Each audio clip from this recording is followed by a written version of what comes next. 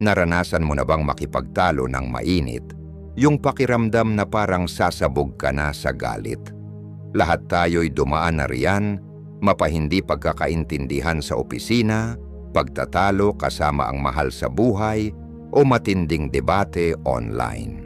Pero paano kung sabihin ko sa iyo na may paraan para harapin ang sigalot nang hindi kailangang gumamit ng kamao, literal man o simboliko?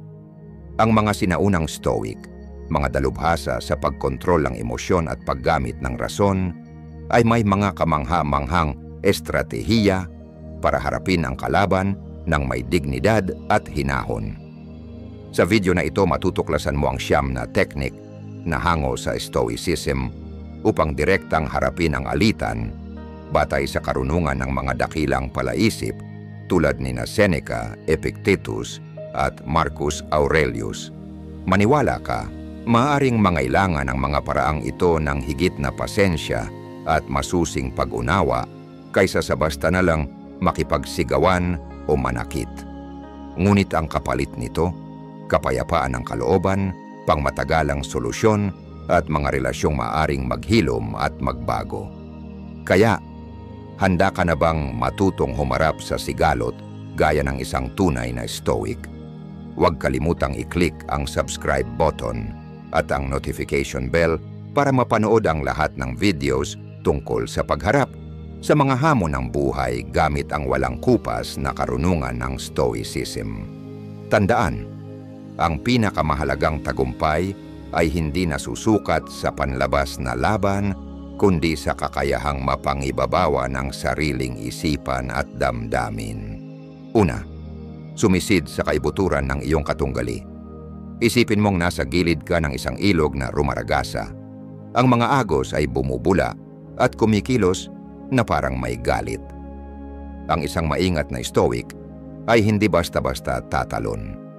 Sa halip, itutuon niya ang kanyang mga mata sa hindi nakikitang lalim sa ilalim kaysa sa magulong ibabaw. Ang unang taktika ng isang Stoic ay ang pagpasok sa isipan ng iyong katunggali, hindi literal, kundi bilang isang metapora. Sa gitna ng matinding emosyon, madali tayong matangay ng bugso ng damdamin at agarang kumilos. Pero ayon sa Stoicism, ang tunay na pag-unawa ay nagsisimula sa pagtigil muna ng paghuhusga at sa pagtingin lampas sa malinaw na anyo ng alitan. Tulad ng paalala ni Epictetus, hindi ang pangyayari mismo ang gumugulo sa atin, kundi ang pananaw natin ukol dito. Kaya para simulan ang pagsusuri sa paraang Stoic, lumayo muna sa kasalukuyang tensyon. Huminga ng malalim at sa isip mo, lumipad ka paangat, parang kamera sa pelikula na unti-unting lumalayo sa eksena. Obserbahan ang lahat ng walang kinikilingan, parang langgam sa dingding na tahimik na nagmamasid. Ang emosyonal na distansyang ito ay nagbibigay daan sa mas malalim na pag-unawa at mas makatuwirang pag-iisip. Imbestigahan ang kanilang bakit. Sa halip na agad gumawa ng kontra-argumento, magtanong ng taos-pusong katanungan. Ituon ang pansin sa pag-unawa sa bakit sa likod ng kanilang mga salita at kilos. Ano ang nagtutulak sa kanila? Ano ang kanilang kinatatakutan? Ano ang kanilang hangarin? Anong mga karanasan sa buhay ang humubog sa pananaw nila? Mahalaga ang mga tanong na bukas at malalim tulad ng, ano ang nagdala sa iyo sa puntong ito? O ano ang mga alalahanin mong hindi agad nakikita? Ang layunin ay hindi upang sumang-ayon, kundi upang maunawaan. Subukang ilagay ang sarili mo sa kanilang posisyon upang makita ang mundo sa kanilang paningin, hindi upang sang-ayunan ang kanilang ginagawa, kundi upang masilayan kung paano nila pinapakahulugan ang sitwasyon. Ano ang mga prinsipyo at paniniwalang gumagabay sa kanila? Ang hakbang na ito ay makatutulong sa paglinang ng empatiya, pagtuklas ng posibleng pagkakapareho, at sa pag-unawa sa pinanggagalingan ng kanilang damdamin. Sa bawat alitan, kadalasan ay may mas malalim na ugat, mga takot, mga hinanakit, o mga hangaring hindi natugunan. Kaya huwag kang manatili lang sa kasalukuyang argumento. Tumingin sa ilalim. Ano ang tunay na dahilan ng sigalot? Anong mga pangangailangan ang hindi natutugunan? Aling mga takot ang lumilitaw? Tandaan, hindi ito tungkol sa pagpayag sa kanilang asal, kundi sa pagsusumikap na maunawaan ang kabuuang karanasan at pananaw na humuhubog sa kanilang kilos.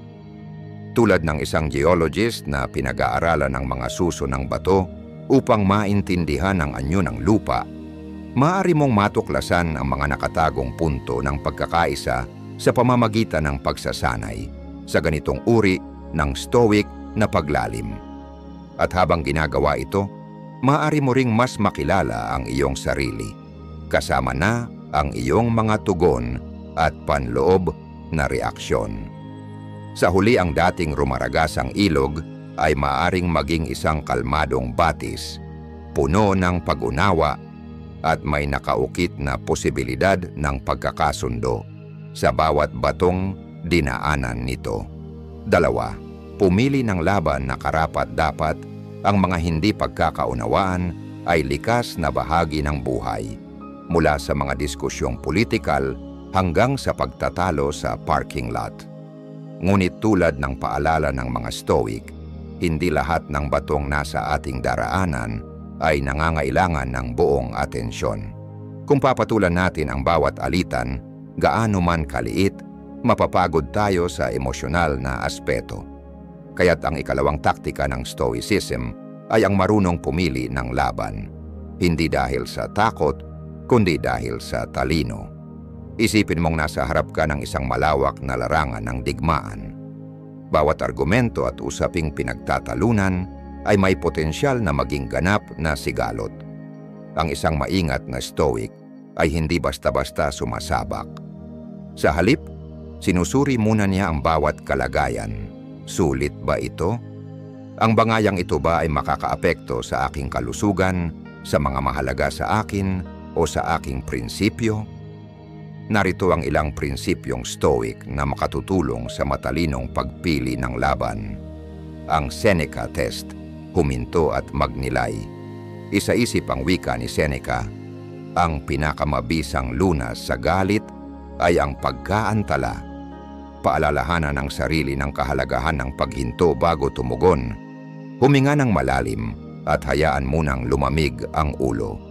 Ang pagkaantala ay nagbibigay ng espasyo para sa mas malinaw na pag-iisip at lumalayo ka sa damdaming maaring nagpapalabo ng iyong pag-unawa. Ang Epictetus Query, mahalaga ba talaga ito? Alalahanin ang sinabi ni Epictetus, hindi ang pangyayari ang gumugulo sa atin, kundi ang pananaw natin ukol dito. Tanungin ang sarili, may tunay ba itong epekto sa aking moralidad, kapakanan, o sa mga bagay na mahalaga sa akin? O isa lang itong maliit na aberya, isang batong nadaanan, hindi bundok na kailangang akyatin? Sa pamamagitan ng pagtutok sa mga bagay na tunay na may kabuluhan, mas mahusay mong mahaharap ang mga ito. Ang Marcus Aurelius Principle, ang katahimikan ay may lakas. Kilalanin ang kapangyarihan ng hindi pagkilos. Ayon kay Marcus Aurelius, madalas, sapat na ang manahimik at hayaang lumipas ang lahat.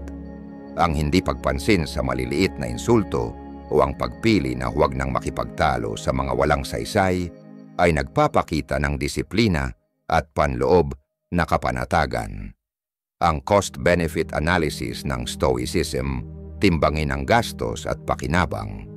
Bawat alitan ay may presyo, lalo na sa ating isipan. Isaalang-alang kung sulit ba ang emosyonal na gastos ng pagpasok sa pagtatalo kumpara sa posibleng gantimpala ng pagkapanalo. May mga tagumpay na masyadong mahal ang kapalit. Minsan ang tunay na lakas ay ang kakayahang bumitaw ng may dignidad. Tandaan, ang matalinong pagpili ng laban ay hindi kahinaan o kawalan ng malasakit. Ito ay pagkilala na may hangganan ang iyong oras at lakas, at marunong kang gamitin ang mga ito ng wasto. Sa pamamagitan ng karunungan ng Stoicism, matututo kang lumakad sa larangan ng buhay na mas malinaw ang direksyon, mas buo ang loob, at mas matalino sa paggamit ng iyong lakas para sa mga laban na tunay na mahalaga. 3. Magsalita ng may kapanatagan at linaw.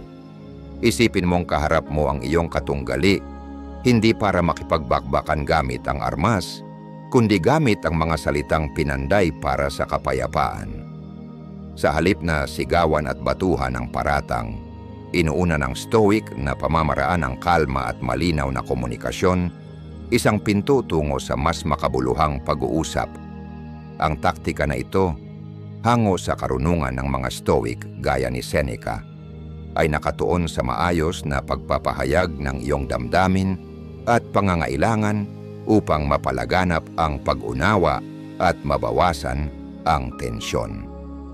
Narito ang mahahalagang sangkap ng komunikasyong inspirasyon ng Stoicism. Linangin ang aktibong pakikinig. Huwag lang maghintay ng pagkakataong makapagsalita. Makinig ng buo at may malasakit. Bigyang pansin hindi lamang ang sinasabi ng iyong kausap, kundi pati ang kanilang kilos at ekspresyon. Huwag mang-abala habang nagsasalita sila. Tumango sa tamang oras at panatilihin ang eye contact. Ipinapakita nito na iginagalang mo sila at sinisikap mong unawain ang kanilang panig. Igalang ang kanilang damdamin, empatiya, hindi kailangang sang-ayon. Mahalaga ang pagkilala sa kanilang emosyon at karanasan kahit hindi ka sumasang-ayon. Mga simpleng pahayag tulad ng, "Nauunawaan kong nakakainis ito para sa'yo," o "Mukhang mahalaga talaga sa'yo ang sitwasyong ito," ay makakatulong upang magkaroon ng koneksyon at maipakita ang malasakit. Ihayag ang iyong saloobin gamit ang I statements. Sa halip na magsimula ng akusasyon gamit ang ikaw kasi, gamitin ang ako upang ipahayag ang sariling damdamin at pangangailangan. Halimbawa, "Kailangan kong maramdaman na nirerespeto ako sa sitwasyong ito," o "Nasasaktan ako kapag nangyayari yan." Nakakabawas ito sa depensibong reaksyon at nagtataguyod ng pakikipagtulungan sa halip na salungatan. Magsalita ng matatag pero kalma. Hindi ang lakas ng boses, kundi ang kontrol sa sarili ang tunay na lakas.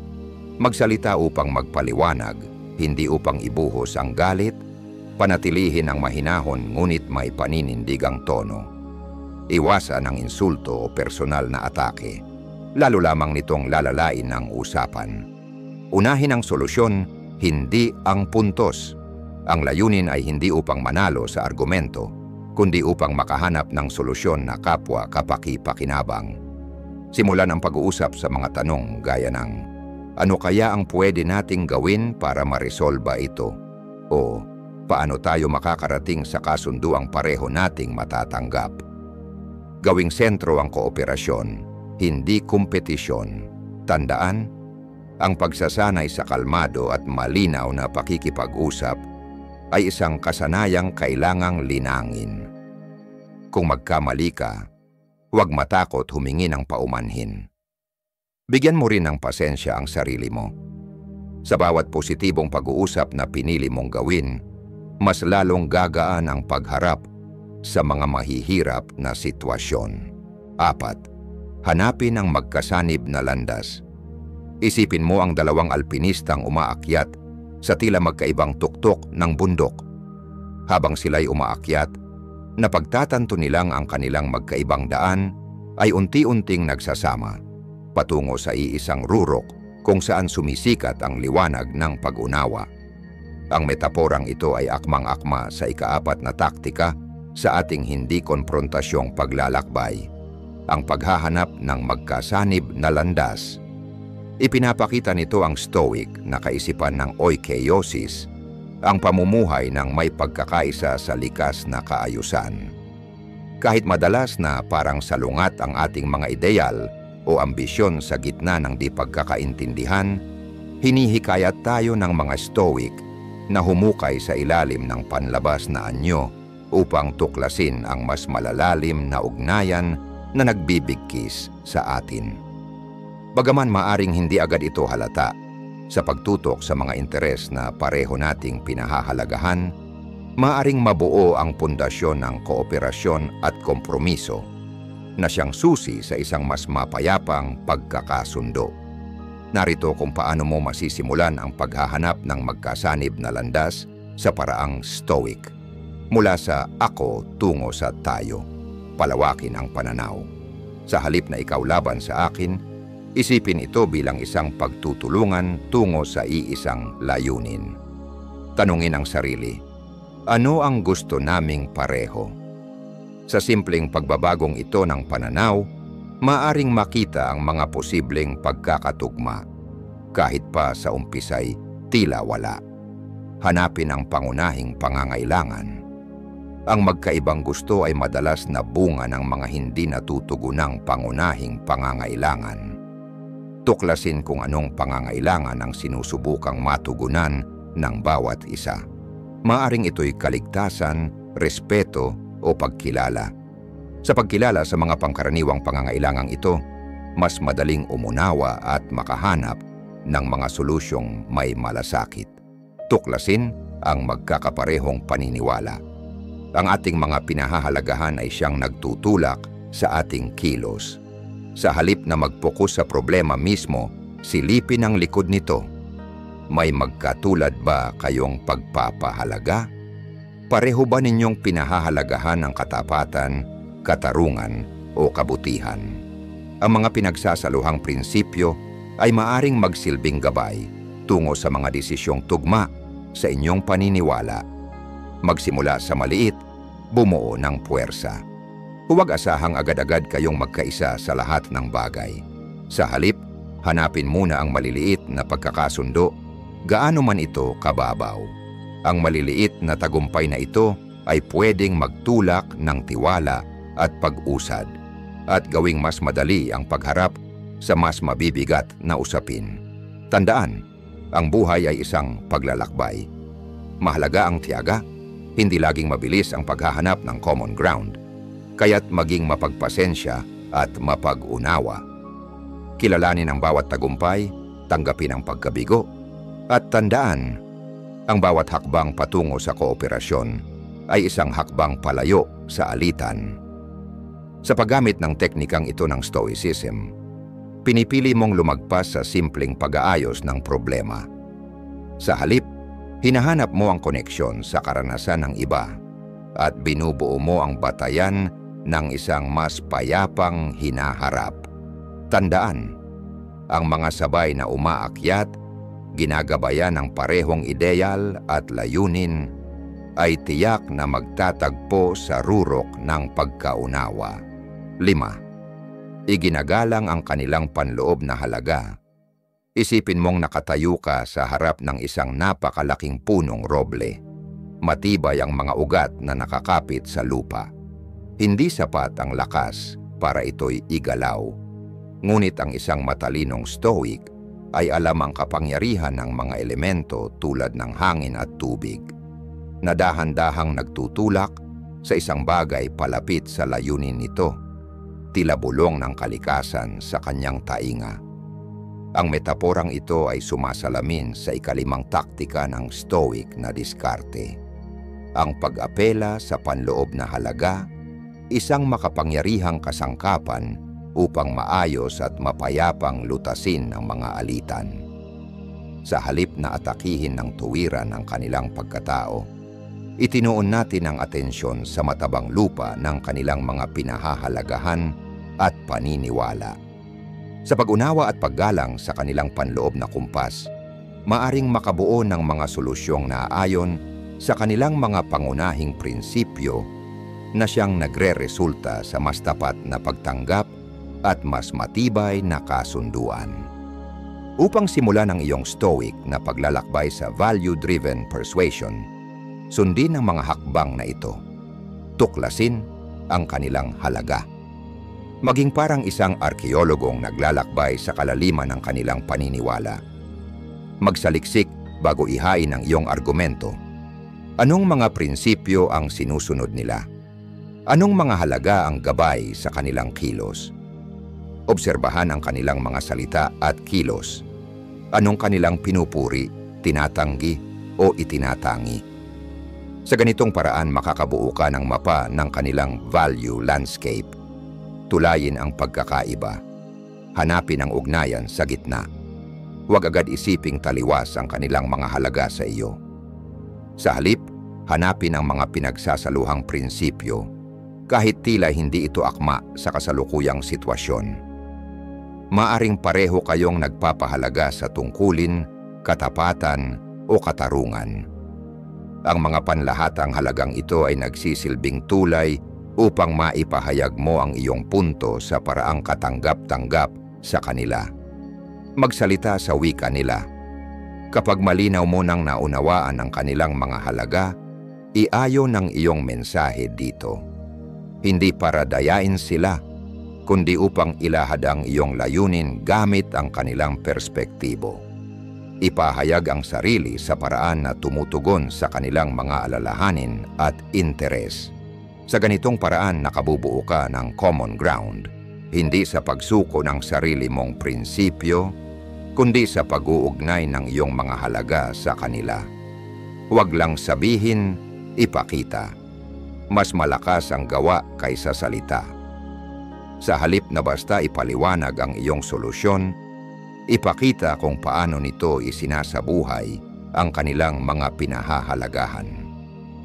Gumamit ng mga tiyak na halimbawa, kuwento o karanasan na nagpapakita kung paano sumasalamin sa kanilang mga prinsipyo ang iyong mungkahi. Sa ganitong paraan, nagiging mas matibay at makatao ang iyong argumento. Tandaan, ang paggalang ay mahalagang salik. Layunin mo ang pag-unawa, hindi ang kapangyarihan. Laging pairalin ang paggalang sa bawat hakbang ng prosesong ito. Ang layunin ay hindi ang kontrolin sila o ipanalo ang argumento, kundi ang tulungan silang makakita ng solusyong parehong makatarungan at tugma sa kanilang paniniwala. Sa paggamit ng teknikang ito ng Stoicism, hindi ka mandirigma na may dalang salita bilang armas, kundi isang gabay na mapagkumbaba at may talino na inaakay ang kausap patungo sa isang landas na tunay nilang maipaglalaban.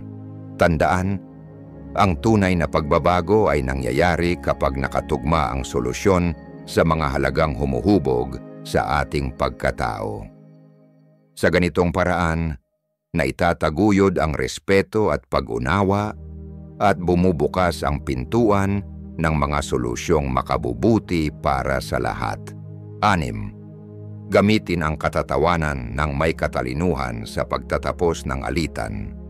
Isipin mong naglalakad ka sa isang lubid na nakabigti sa ibabaw ng isang malalim na bangin.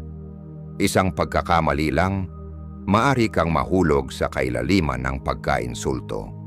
Ngunit tulad ng isang tungkod ng mananayaw sa lubid, ang katatawanan ay maaring magsilbing panimbang upang manatiling matatag.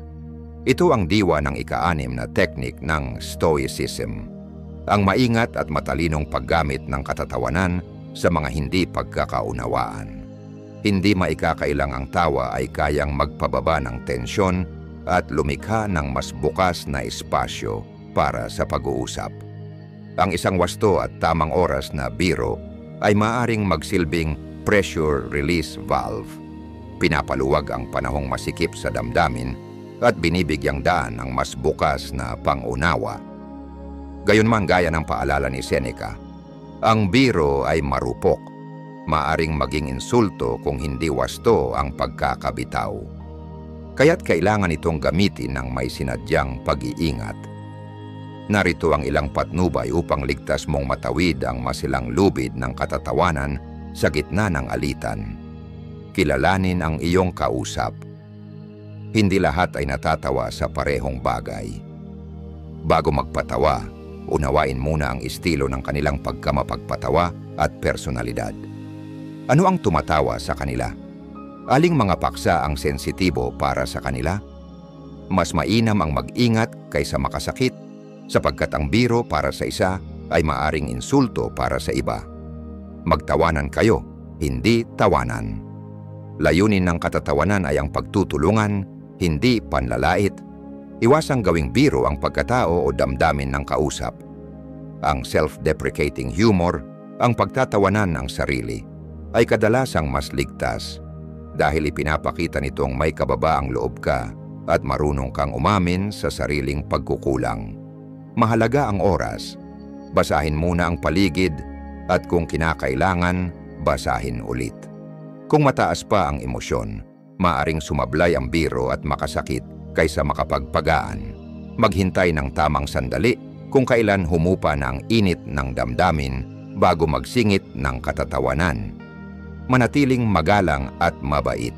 Iwasan ang pang-iinsulto, sarkasmo o mga biro tungkol sa relihiyon, lahi, kasarian o personal na pagkatao. Tandaan, ang layunin ay magtaguyod ng tulay, hindi magsunog nito. Gamitin ang katatawanan bilang kasangkapan, hindi pangtakip. Huwag gamiting pantakas ang katatawanan mula sa seryosong usapan. Hindi ito kapalit ng tapat na komunikasyon o pagharap sa mahahalagang isyu. Gamitin ito upang magbukas ng dialogo, hindi upang takpan ang problema. Kung nagdududa, huwag muna. Mas madali ang bumuo ng tiwala kaysa ibalik ito kapag nasira. Kaya kung hindi ka sigurado kung ang biro ay angkop, mas mabuting huwag muna.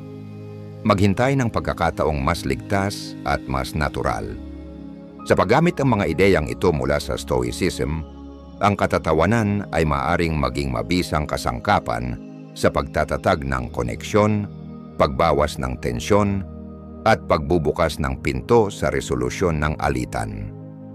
Sa halip na isang delikadong lakad sa lubid, ito'y nagiging tulay ng pagtutulungan. Tandaan, ang kapangyarihan ng tawa ay nasa kakayahan nitong magbuklod, hindi maghiwalay.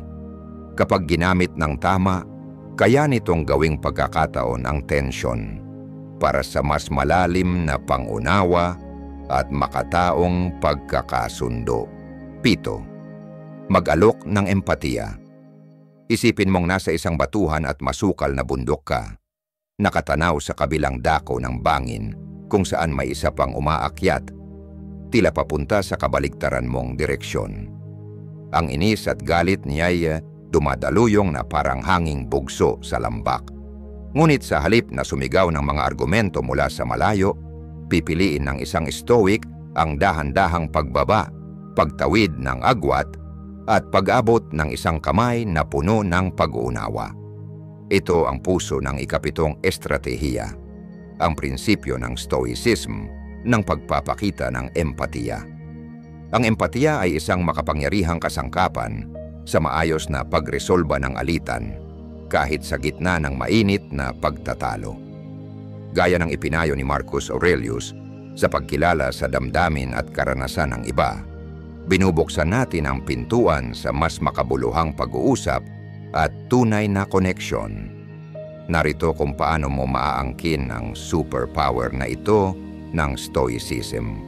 Mula ako patungo sa iyo. Subukang ilagay ang sarili sa kanilang posisyon. Tingnan ang sitwasyon mula sa kanilang paningin, hindi lamang sa iyo. Anong mga karanasan sa buhay ang maaaring nagtulak sa kanilang emosyon? Anong mga takot o insecurities ang posibleng ugat ng kanilang kilos? Ang pagbabagong ito ng pananaw ay nagtuturo ng pag-unawa at tumutulong makita ang kanilang natatanging realidad. Pakinggan ang higit sa salita. Maging masigasig sa pag-unawa, hindi lamang sa mga sinasabi kundi pati sa mga hindi sinasabi. Maging mapagmatyag sa tono ng boses, ekspresyon ng mukha, galaw ng katawan, dahil madalas dito nahahayag ang mas malalalim na damdaming natatago sa salita. Kilalanin, huwag hatulan. Kilalanin at igalang ang kanilang nararamdaman kahit pa hindi mo sinasang-ayunan ang kanilang kilos. Sabihin mong nauunawaan mo ang bigat ng sitwasyon sa kanila. Mga linyang tulad ng, naiintindihan kong mahalaga sa iyo ang usaping ito, o mukhang nadarama mong parang hindi ka napapakinggan, ay maaaring magbukas ng tiwala at mabawasan ang tensyon. Hanapin ang sugat sa likod ng galit. Madalas, Ang galit at pagkayamot ay nag-uugat sa mas malalim na sakit o takot. Sa halip na labanan ang galit, alamin kung ano ang pinagmumulan nito. Mas nagiging bukas ang daan sa tunay na paghilom kapag naiintindihan natin ang pinakaugat ng salungatan. Ang empatiya ay hindi pagsang-ayon. Ang pagbibigay ng empatiya ay hindi nangangahulugang kinukonsinti mo ang kanilang asal o binibitawan mo ang sariling paninindigan. Ito'y simpleng pagkilala sa kanilang karanasan, isang paanyaya para sa mas tapat at bukas na usapan. Sa empatiya, lumalakad ka kasama nila, hindi lampas sa kanila.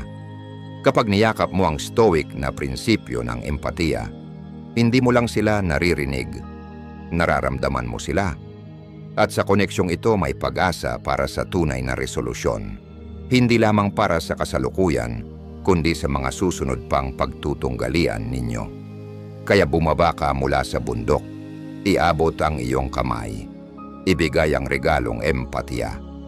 Maaring ito na ang simula ng isang paglalakbay na hindi ninyo inaasahan. Kasama, hindi laban sa isa't isa. 8. Yakapin ang sining ng kompromiso. Isipin mong nasa harap ka ng isang matatag na puno ng oak, ang mga sangay matigas na humahampas sa hangin. Upang mapabend ito ayon sa iyong kagustuhan, kinakailangan ng matinding puwersa. Ngunit ito'y maaring makasama sa puno at pati na rin sa iyo.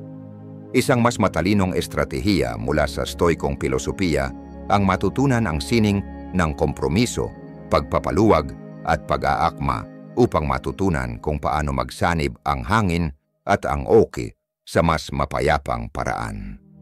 Ang mga matitigas na pananaw at absolutong prinsipyo ay bihirang nakakatulong sa matagumpay na pagresolba ng salungatan. Ayon kay Epictetus, huwag mong hangarin na mangyari ang mga bagay ayon sa iyong kagustuhan, kundi ang pagnanais mong mangyari ang mga bagay ayon sa nangyayari at mamumuhay ka ng tahimik. Ang kakayahang maghanap ng mga solusyon na hindi lamang nakikinabang ka, kundi pati na rin ang iyong kalaban ay tanda ng tunay na lakas. Narito kung paano mo mapapagsanay ang sining ng kompromiso ng Stoicism. Mula ako patungo sa tayo. Baguhin ang pananaw mula sa ako patungo sa tayo. Tingnan ang sitwasyon bilang isang pagkakataon upang maghanap ng solusyon na kapaki-pakinabang para sa lahat, kaysa ituring ito bilang isang laban. Ang pagbabagong ito ng pananaw ay magbibigay daan sa mas magaan at mas makulay na solusyon. Kilalanin ang mga karaniwang layunin, hanapin ang mga punto ng pagkakapareho kahit na hindi ito agad kitang-kita. Pagmasdan ang mga layunin na magkakapareho kayo sa hinaharap at lampasan ang kasalukuyang pagtatalo. Marahil pareho kayong nagmamahal sa katarungan, respeto, o isang produktibong kapaligiran. Ang pagkilala sa mga karaniwang layunin ay magbibigay ng pundasyon para sa isang kompromiso. Magtakda ng prioridad at ibigay ang maliit na detalye. Hindi lahat ng detalye ay kasing halaga. Ang iba sa mga detalye ng sitwasyon ay hindi sapat na mahalaga upang ipaglaban, kaya't magtakda ng mga pangunahing layunin at magbigay luwag sa mga hindi gaanong mahalaga. Makakatulong ito sa iyo upang magtuon ng pansin sa mga solusyon na tinutugunan ang mga pinakamahalagang issue. Maghanap ng win-win na solusyon. Hanapin ang mga solusyon na magkakaroon ng win-win para sa lahat ng partido. Sa halip na mag-focus lamang sa panalo ng isa, maghanap ng paraan upang ang bawat isa ay maramdaman na ang kanilang pangangailangan ay naiintindihan at kahit paano ay natutugunan sa pangmatagalan. Binabawasan nito ang galit at nagtataguyod ng pakiramdam ng katarungan. Tandaan na ang buhay ay isang paglalakbay, hindi destinasyon. Ang pasensya at pagiging bukas sa pagbabago ay susi sa kompromiso. Madalas ang kompromiso ay hindi isang one-time na bagay. Maging handa na ripasuhin ang kasunduan kung may pagbabago o bagong impormasyon.